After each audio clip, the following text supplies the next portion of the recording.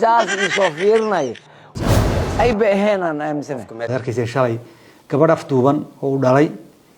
oo maartay madaxa koofiyad way soo gashatay waa soo fadhiisatay booskii gudoomiye xubinka baarlamaanka way qof alle kurkiisa laga dooday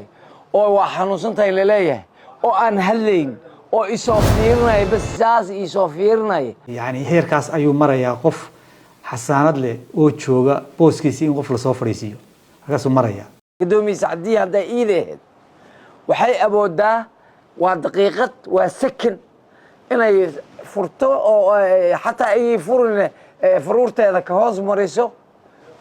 ookiyaalaha iska bixiso madow ama ba ookiyaalaha oo si cariirina iska bixiso ay tira warjeeso anaga igu mashquulin ajandaha baarlamaanka hadal waad ii jeedaa waxaan oo dhan iyo tuhunkan oo dhan ma dhacdeen waxa qabta adigu dareen in Sacdiye ay baahanaan aaminsan way qof alle kurkiisa laga dooday oo waa xanuunsantahay la leeyahay oo aan hadlayn oo isoo fiirnay bas saasi soo fiirnay oo aan ila hadlayn ma cabsat aniga maxaan ka baqaanay haddii qof isqarxina ay tahay waxa iiga dhow aadamadaba iiga dhow biri isniinta baarlamaanka shir uu leeyahay waxaan soo qaadanayaa maaskara ookiyaalo madow koofi madow gudoomiye maxuule waana hargabsanayaan le aniga weliba ma hadlay shibaan le ninkii dhinacii fadhiyaan le daahir oo hargabsan waa dheh dabcan xeeroosaadka ku qaban kara xeeroosaad ay qabana oo iyaga ma qabanay miya xeeroosaadka qofka xeeroosaadka qofka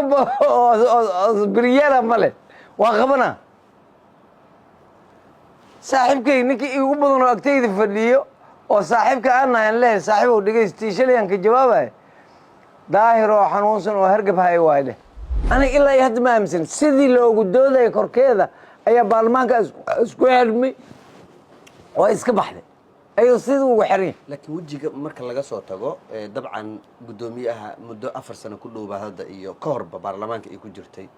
aad isor fadhiseen oo waad qof ahaan baad u garanaysaa sinaba laguma ogaan karo wajiga kaliya ka taqaan sinaba laguma ogaan karo qofku aniga haddaan maaskara soo qaato oo kiyaalo madow gashto oo aan dhar liigu aqoono oo qama aan gashto Sacdiye hadalkeeda hadee ay taa wareejeeso hadee ay tiraahdo waa garanaya aniga